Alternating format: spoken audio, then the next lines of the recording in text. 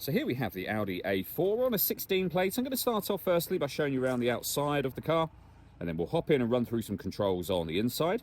From the outside, you can see it's a four-door car with alloy wheels. I'm going to start off inside the boot area of it first of all. As we approach the back of the car, you can see we have reversing sensors and plenty of boot space as well.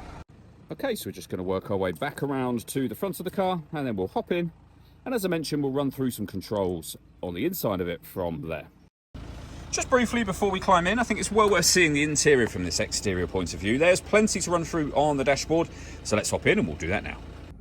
Okay, now that we're inside the car, we're going to start with the dials. Over on the far left-hand side, we have the coolant temperature gauge, then the rev counter. Over on the right-hand side, the speedometer and fuel gauge.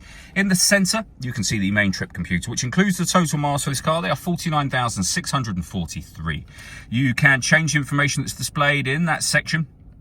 There are various menus available to you, all of which are accessed using the buttons just here. We have our stereo controls, voice activation for our phone, and then cruise control and speed limiter on the stalk just here. Over into the centre, we have the main screen for the car. The movement that you can see me making at the moment is being done using this dial just here. These buttons relate to the left and right-hand sides of the screen, which I'll show you in just a moment.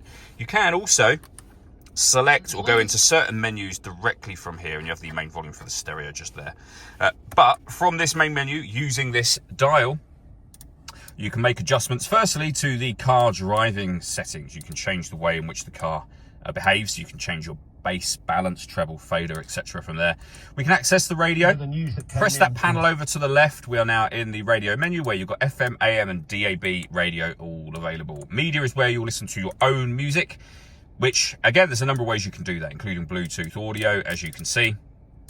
SD memory card input there as well. Lots of different ways you can pair up your phone. And of course, this car's got satellite navigation also. Working our way down, we have our 3-zone climate control. So the 3 zones are passenger, driver, and the rear of the car. From here, you can adjust the passenger temperature, driver temperature. You can increase and decrease the fan speed. The air conditioning is off at the moment, as you can see. You can put it on eco or turn it on. You can also determine where you'd like the air distributed for both passenger and driver as well. Or just hit auto. The car will then take full control of everything for you to maintain the temperature that you've asked for.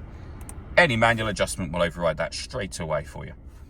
You can change the drive select here, as well as on the main menu, which we did a moment ago.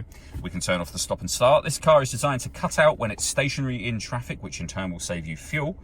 The system is off when that light shows. You can turn off your traction control, your parking sensors. We have a 12-volt charging socket, the start and stop button for the engine itself, 2 cup holders, as you can see, our 6-speed manual gearbox, an electronic handbrake, and then the buttons I went through just a moment ago. All that leaves me to say is thank you for taking the time to watch this video. If you'd like to come and see the car for yourself and have a test drive, please feel free to give us a call here at Surrey Specialist Cars. We'd love to hear from you.